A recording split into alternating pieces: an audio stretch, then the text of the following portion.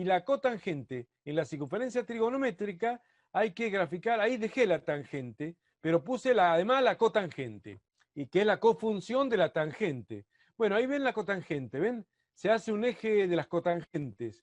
Bueno, el eje de la cotangente es esa recta en verde de nuevo ahí, que es una recta paralela al eje X, igualmente graduada que el eje X. Ahí le puse el 0 del eje de la cotangente, el 1 a la altura del radio, 2, 3, menos 1, menos 2, menos 3, y la cotangente puede tomar cualquier valor de nuevo, al igual que la tangente, entre menos infinito e infinito. O sea, es totalmente distinta del seno y el coseno, que eran funciones continuas y acotadas en el rango de menos 1 a más 1. En cambio, la tangente y la cotangente no tienen cota y tienen puntos de discontinuidad, como también veremos. Fíjense acá, agarramos un ángulo chiquito, como me gusta hacer siempre, en el primer cuadrante. Ese ángulo de referencia en el primer cuadrante, alfa, acá, o tita, digamos, de nuevo está acá, por ser opuesto por el vértice, con este de acá.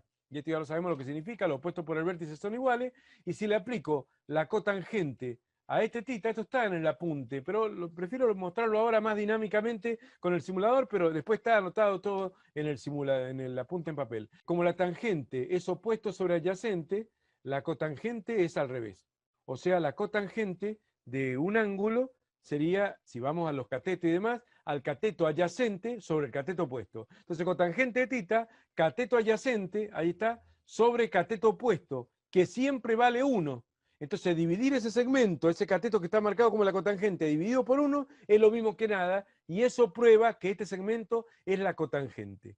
Hay muchos alumnos que hacen las razones de los ángulos empleando esa, para mí me parece más difícil, empleando estas definiciones, pero bueno, acá está, la cotangente de la circunferencia trigonométrica. ¿Se dan cuenta? Cualquiera sea el ángulo tita, siempre acá está un ángulo que es igual a tita, y siempre el cateto adyacente sobre el cateto opuesto de la cotangente. El cateto opuesto siempre es 1, así que el cateto adyacente siempre es la cotangente, pero claro, estamos trabajando en un triángulo que es este, ¿o no? No es el triangulito rectángulo que estamos acostumbrados a ver en la proyección del radio unitario, que acá lo dejé el radio unitario, ¿no? Pero lo podría haber sacado, porque de última, en la cotangente y la tangente no se utiliza el radio unitario. Se prolonga esta semirrecta hasta que corte al eje de la tangente y al eje de la cotangente para leer la cotangente. ¿Mm? Y bueno, y ahí podemos ver nosotros, por ejemplo, de que, a ver, la cotangente de 0, fíjense que no existe, ¿ven? Porque, bueno, se me va a infinito, ¿no? No tenemos tecla aparte para sacar la cotangente en la calculadora, pero si queremos sacar la cotangente de 10 grados, tendríamos que hacer tangente de 10, igual. Y después, x a la menos 1, elevar a la menos 1, que equivale a dar vuelta, no es el arco tangente, no es el shift tangente, y va a dar, bueno, 5, y pico, etc. Y de esa manera tener la cotangente. La cotangente de 90 es igual a 0, esa sí existe, ¿o no? Y después, bueno, después la cotangente se hace negativa, y vemos en el segundo cuadrante cómo es negativa, al igual que la tangente es negativa, y la cotangente en el tercer cuadrante vuelve a aparecer prolongando el radio unitario para el otro lado. Esa es la clave de la tangente y de la cotangente, de las dos.